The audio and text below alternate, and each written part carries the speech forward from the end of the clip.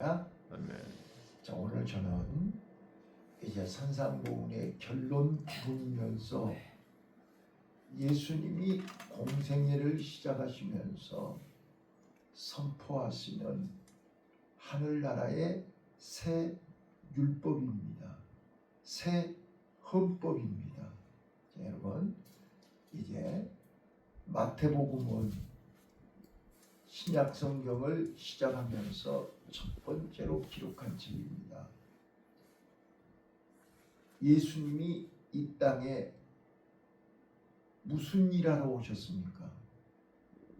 바로 이거를 설명하는 것입니다. 예수님이 이 땅에 우리를 천국으로 인도하기 위해서 오신 것입니다. 그래서 천국 가는 길, 천국 가는 조건, 천국 가는 방법을 알려주시러 오신 것입니다. 자, 그런데 우리가 다이렉트로 단독으로 천국을 갈 수가 없습니다. 왜요? 죄 때문입니다. 왜요? 죄의 삭은 사망이기 때문입니다. 왜요? 하나님의 원수인 마귀가 이 세상을 장악하고 있기 때문에 그렇습니다. 우리는 마귀의 종이잖아요. 마귀로부터 해방을 해야 되잖아요. 죄로부터 해방을 해야 되잖아요. 그래야 천국을 가죠. 근데 이 지구상에서는 죄를 해결하고 마귀를 이길 사람이 없어요. 석가모니도 그 누구도 이 땅의 그 어떤 인간도 죄를, 사단을, 사망을, 어두움을 이길 사람이 없어요. 그래서 하늘에서 직접 내려오신 거잖아요. 이 땅의 왕이 누구였어요? 공중권세를 잡고 있는 사단이 왕이었잖아요. 마귀가 왕이었잖아요. 근데 예수님은 새 왕으로 뱀의 머리를 박살내러, 그래서 이 땅의 어두움을 물리치고 새 하늘과 새 땅을 우리에게 주시려고 오신 분이 메시아 예수 그리스도입니다. 이거를 마태복음이 설명하고 있는 것입니다. 그래서 1장부터 족보에서부터 예수님은 이 땅에 왕의 혈통으로, 왕의 후손으로, 새로운 왕으로 오신 메시아를 소개하고 있는 것입니다. 그래서 2장에서 동방박사들이 유대인의 왕, 새로운 왕, 우리가 기다렸던 그 왕이 오셨다라고 동방박사들이 소개하고 있는 것입니다. 그리고 3장에서요. 세례 요한이 요단강에서 세례를 베풀고 세례 요한을 통해서 봐보세요. 엘리야가 온다고 그랬잖아요. 마지막 엘리야가 세례 요한입니다. 그 세례 요한은 메시아의 길을 예비하러 온 사람이었습니다. 그래서 광야에서 세례 요한이 보라, 세상 죄를 지고 가는 하나님의 어린 양이다. 나는 물로 세례를 주지만 저분은 불로 세례를 줘요. 나는 저분의 힘들매도 감당할 수 없는 어마어마한 분이 저분이다 라고 세례 요한이 설명합니다. 새로운 왕으로 오신 것입니다. 그래서 물로 세례를 받을 때 요단강에서 하늘이 열리고 음성이 들렸잖아요. 이는 내 사랑하는 자요, 기뻐하는 자라. 하나님도 인정하고 하늘이 인정하는 새 왕이 예수 그리스도입니다. 우리는 그 왕의 백성이요, 그 왕의 자녀가 된 것입니다. 맞습니까? 아멘. 그래서 4장에 사단이 예수님을 시험한 것입니다. 네가 만약에 진짜로 하늘에서 내려온 메시아가 맞다면, 하늘에서 내려온 새 왕이 맞다면 한번 해봐. 3가지 시험했잖아. 그때 예수님은 사탄아 물러가라. 너는 나를 넘어지게 하는 자라. 말씀으로 한 방에 KO 시켜버렸습니다. 그랬더니 마귀는 떠나가고 천사가 수중으로 들어가겠습니다. 저는 거기에서 기가 막힌 비밀을 발견합니다. 말씀으로 물리치신 것입니다. 오늘 우리가 천국 가는 길은 나더러 주여 주여 하는 자마다 다 천국 가는 것이 아니라 어떻게 해야 된다? 아버지 뜻대로 행하는 자. 아버지 뜻이 뭐예요? 반석 위에 집을 짓는 거예요. 하나님의 말씀 위에 집을 짓는 거예요. 하나님의 뜻을 행하는 자예요. 자, 그거를 오늘 예수님이 새로운 왕으로서 천국 백성들에게 새로운 헌법을 정하십니다. 그저께 7월 17일 날이 제헌절이었습니다. 대한민국이 독립하고 건국하고 대한민국의 새 법을 만든 것이 제헌절입니다. 오늘 우리가 예수를 그리스도로, 예수를 내 왕으로 영접하면 이제 그리스도의 새 법을 따라야 되는 것입니다. 이게 성도입니다. 근데 성도가 돼가지고 하나님의 법을 따르지 않으면 성도가 아닙니다. 그거의 5장, 6장, 7장입니다. 자, 그래서 여러분 십계명이 뭘까요? 십계명은 이스라엘 백성들에게 너희들이 하나님의 백성이 맞다면, 아브라함의 후손이 맞다면 이 법을 지켜야 된다는 게 십계명입니다. 이 십계명은 뭔가요? 우리가 외적인 행위입니다. 최소한 10가지는 우리가 지켜야 된다. 이 10가지를 지킴으로 해서 세상 사람과 구분이 되고 세상 사람과 달라야 되고 우리는 아브라함의 후손이요 가나안 백성이요 천국을 들어갈 사람들은 최소한 10계명은 지켜야 된다. 이게 구약의 계명입니다. 근데 그 10계명을 지키는 그들이 실패했습니다. 망했습니다. 10계명 갖고는 안 된다는 거예요. 그래서 예수님이 오셔서 10계명을 없애는 게 아니라 10계명에 부족한 것을 채우신 것입니다. 미비한 것을 보충한 것입니다. 이게 복음입니다. 바로 그래서 예수님이 내가 율법을 폐하러 온 것이 아니라 온전하게 하러 왔다. 잘 들으셔야 됩니다. 예수님의 이름이 무엇입니까? 마태복음 1장 21절에 저희 백성을 저희 죄에서 구원하러 오신 분이요. 23절에 그 이름을 임마누엘이라 하라. 자, 예수님은 이 땅에 단순히 오신 게 아닙니다. 우리와 함께 하러 오셨습니다. 예수님이 우리와 함께 하지 않으면 우리는 단 한시도 세상을 이길 수가 없습니다. 어두움을 이길 수가 없습니다. 내 마음을 지킬 수가 없습니다. 우리는 천국을 지킬 수가 없습니다. 그래서 예수님 임마누엘로 오신 것입니다. 주님 내 안에 내가 주님과 함께 그래야만 우리는 천국을 소유할 수 있습니다. 천국을 들어갈 수 있습니다. 오늘 본문에 나온 게 13절 14절이 바로 그 말입니다. 좁은 문으로 들어가라. 그 길은 좁고 협착하니 찾는 이가 없다. 그러나 그 길은 생명의 길이다. 그 길은 영생의 길이다. 그 길은 하늘 가는 길이다. 거기에 하나님 아버지가 계시는 길이다.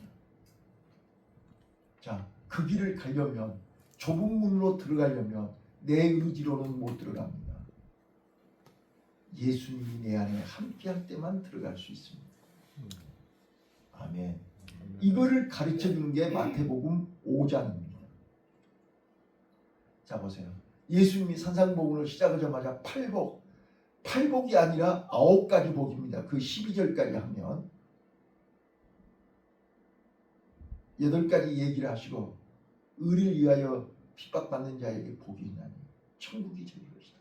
그리고 마지막 이 복음을, 이 믿음을, 이 천국을 위해서 핍박을 받고 고통받는 자 복이 있다. 자, 우리 오늘 마태복음 5장 3절로 11절을 다시 한번 볼게요. 이게 바로 예수님이 새 왕으로 오셔서 천국 백성들에게 꼭 지켜야 할, 모세는 십계명을 얘기했지만 우리 천국 백성들은 이 9가지 복을 내가 가져야, 9가지 복으로 내가 변화를 받아야 우리는 좁은 문으로 들어갈 수 있다는 것을 말씀하는 것입니다. 그러니까 예수님이 산상복음을 시작하면서 이 9가지 복을 말씀하시고 끝에 이제 산상복음의 결론에서 좁은 문으로 들어가라는 거예요. 이 복이 없는 사람은 좁은 문을 들어갈 수가 없어요. 자, 마태복음 5장 3절입니다. 심령이 가난한 자, 시작. 심령이 가난한 자는 복이 있나니 천국이 저희 것이며 애통하는 자는 복이 있나니 저희가 위로를 받을 것이며 온유한 자는 복이 있나니 저희가 땅을 기업으로 받을 것이며 의에 줄이고 목마른 자는 복이 있나니 저희가 배부를 것이며 긍휼히 여기는 자는 복이 있나니 저희가 긍휼히 여김을 받을 것이며 마음이 청결한 자는 복이 있나니 저희가 하나님을 볼 것이며 화평케 하는 자는 복이 있나니 저희가 하나님의 아들이라 일컬음을 받을 것이며 의를 위하여 핍박을 받는 자는 복이 있나니 저희가 자 보세요. 자 잠깐만요. 10절까지 해서 8복입니다. 근데 이제 11절을 보세요. 11절. 자, 의를 위하여 핍박을 받는 자는 복이 있나니 천국이 저희 것이며, 천국이 저희 것이라고요. 그래 놓고 11절 다시 한번 읽어봐요. 시작. 나를 인하여 너희를 욕하고 핍박하고 거짓으로 너희를 거스려 모든 악한 말을 할 때에는 너희에게 복이 있나니. 여기도 복이 있잖아요. 그래서 9가지 복이라고 말합니다. 자, 그래서 12절 9가지 복을 내 안에다 가지라 그 말이에요. 9가지 복을 내 마음속에 품으라 그 말이에요. 예수님이 내 안에 계시면 우리는 이 9가지 복을 내 안에 품고 이것이 믿음이요, 이것이 소망이요, 이것이 기쁨이에요. 내 안에 천국이 있잖아요. 하나님의 아들이라 일컬음을 받잖아요. 하늘의 위로를 받잖아요. 자, 그래서 기뻐하고 즐거워하라. 하늘에서 너희 상이 큼이라.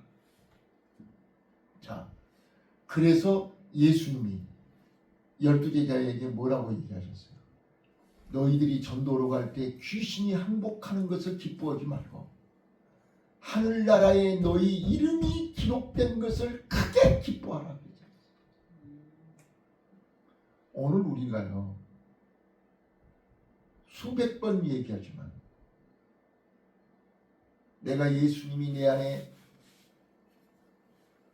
내 생명의 주인, 내 인생의 주인, 내 삶의 주인이 새로운 왕입니다. 예수님은 내 삶의 왕으로 오셨습니다. 나를 왕이라는 말은 다스리고 지배하고 통치한다 그 말이에요. 예수님이 내 하루, 내 마음과 내 생각과 내 행동을, 내 삶을 직접 다스리시고 지배하시고 통치하시고 보호하시고 책임져 주시는 것이 왕이라니까요. 근데 왕이 바뀌면 법이 바뀌잖아요. 예수님의 법은 여기 9가지 복입니다. 예수님의 새 헌법입니다. 그래서 심령이 가난해야 되고 애통해야 되고 온유해야 되고 의를 위해서 핍박을 받아야 되고 마음이 청결해야 되고 이게 다 하나님이 우리에게 주신 새로운 헌법입니다. 이거를 가지고 있어야 우리는 빛과 소금, 소금과 빛의 사명을 감당할 수 있고 우리는 이제 하나님의 자녀로서 좁은 문을 들어갈 수 있습니다. 오늘 이게 팩트입니다. 그런데 옛 언약 10계명은요. 10계명으로는 우리가 겉으로는 행동으로는 외식 이스라엘 백성들이 왜 실패했습니까? 많은 선지자들과 그렇게 많은 제사장들과 선지자들이 가르쳤지만 그들이 실패한 것은 행동으로 겉으로 사람에게 보이려고 사람 앞에서 거룩한 척 사람 앞에서 믿음 있는 척 사람 앞에 보이려고만 했습니다. 그래서 예수님이 오셔서 옛 계명에 실패한 부분 옛 계명에 미흡하고 부족한 부분이 뭐냐? 외적인 것도 중요하지만 내적인 것이 더 중요하다는 것을 예수님이 오셔서 산상보훈에서 다시 보강하신 것입니다. 그래서 살인하지 말라. 이거는 10계명입니다. 근데 살인하지 말라로 끝나면 안 된다는 거예요. 그러면 실패한다는 거예요. 나 사람 죽인 적 없는데요. 너 미워했잖아. 마음으로 미워하면 살인하는 것하고 똑같다는 거예요. 자, 이 말은 무슨 뜻이에요? 꼭 사람을 죽이지 말라 그런 뜻이 아니잖아요. 마음을 지키라는 거잖아요. 마음을 지키라. 속 사람이 거듭나야 된다 그런 뜻이에요. 근데 내 맘대로 속 사람을 지킬 수 있습니까? 그 안 되니까 임마누엘이 필요한 거라니까요. 그래서 예수님이 내 안에 오신다는 거예요. 그래서 예수님이 부활승천하시고 성령을 보내서 그 성령이 24시간 내 안에서 내 마음과 생각을 지켜주시는 거예요. 이게 임마누엘이란 말이에요. 아멘. 이게 믿어져야 돼요. 자, 그래서 오늘 본문은 꼭 기억하세요. 좁은 문으로 들어가라. 자, 13절 14절 다시 한번 읽습니다. 13절 14절 시작. 좁은 문으로 들어가라. 멸망으로 인도하는 문은 크고 그 길이 넓어 그리로 들어가는 자가 많고 생명으로 인도하는 문은 좁고 길이 협착하여 찾는 이가 적음이니라. 자, 오늘도 우리는 좁은 문으로 들어가야 됩니다. 아멘. 근데 이 좁은 문은 9가지 복을 내 마음속에 품지 않으면 들어갈 수 없는 문입니다. 왜요? 사람이 보이거든요. 환경이 보이거든요. 세상이 화려하거든요. 절대로 어제 그랬잖아요. 내가 감추인 보화를 발견하고 나면 내 소유를 다 팔아서 그것을 소유해야 되는 거잖아요. 천국을 소유한 사람은 다 팔아서 그것을 얻기 위해서 좁은 문으로 들어가는 거예요. 하나님이 예수님이 하늘을 포기하고 내려오셔서 나를 감추인 보화인 나를 찾으신 것처럼 그래서 나는 하나님 눈에 가장 천하보다 귀한 보배입니다. 맞습니까? 이걸 인정하셔야 된다니까요. 그래서 예수님은 나를 찾기 위해서 하늘 보좌를 다 내려놓으시고 자기 소유를 다 팔아서 십자가에서 죽기까지 하시면서 나를 살리신 것입니다. 나는 감추인 보화입니다. 값진 진주입니다. 이게 바로 천국 비유라니까요. 네. 그랬기에 우리는 이제 좁은 문으로 들어가야만 됩니다. 예수님이 내 안에 나를 천하보다 귀한 보석으로, 보물로, 명품으로 만들어 놓으셨기 때문에 이제 우리는 좁은 문으로 들어가야만 됩니다. 길이 좁고 힘들지만 그거는 문제가 되지 않습니다. 무엇을 먹을까 마실까 입을까 염려하지 말라고 그랬지 않았습니까? 내 안에 팔복이 있는데요. 내 안에 9가지 복을 품었는데요. 9가지 복이 있는데 뭐가 두렵습니까? 뭐가 염려가 됩니까? 뭐가 걱정이 됩니까? 내 안에 주님이 계시는데요. 베드로야, 무서워 말라. 두려워 말라. 무리를 걸으라. 근데 우리는 자꾸 풍랑이 보이잖아요. 말씀을 마치겠습니다.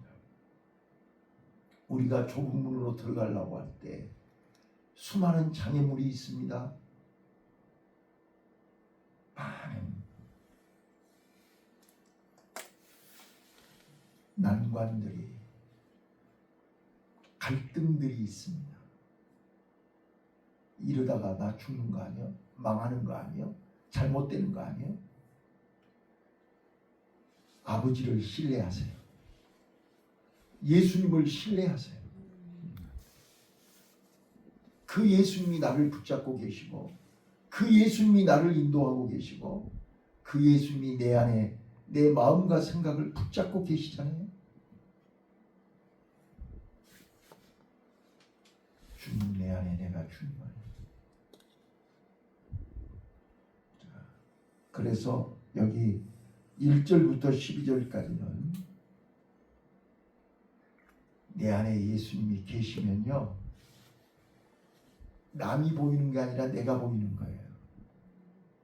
그래서 남의 눈에 들보를 보지 말고 내 눈에 티를 보라는 거예요. 예? 자, 오늘 우리는요, 이 남의 눈에 것만 보이는 거예요. 내 눈에 들보는 안 보이는 거예요. 그래서